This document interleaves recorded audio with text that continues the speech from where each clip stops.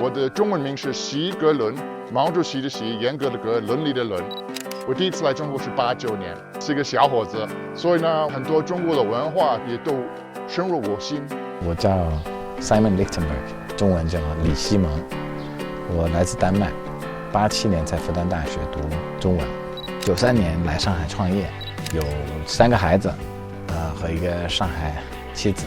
我叫 Tangen Einar， 我是美国人，我来中国19年，我不会中文一点点。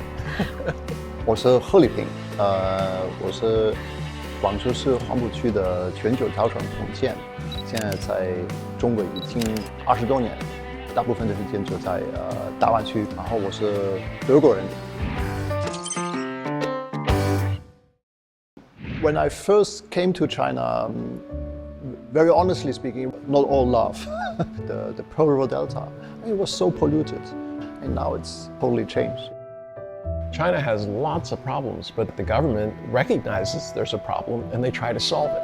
And that is not always true in many other places. In 1999, we were like in Sanlitun drinking beer, and we had the local people walking past the bars and looking inside and saying, wow, look, these are why they're so rich.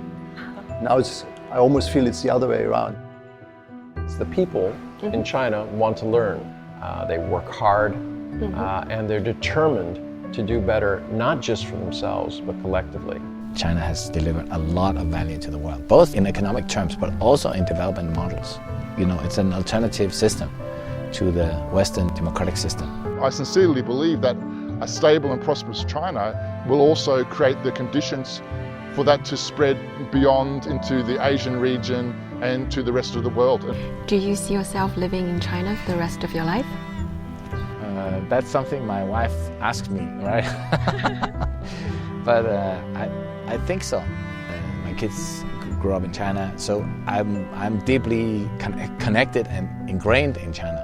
Yes, I do. I have a very, very active intellectual life, and I have a lot of friends here.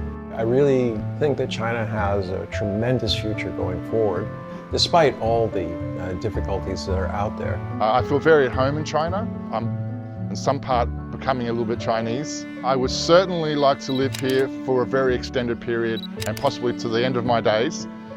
I can imagine myself when I'm old with my big camera, walking around and taking photos, doing bird watching. And I've also experienced firsthand the medical service here. If you had to leave China now, what would you miss the most?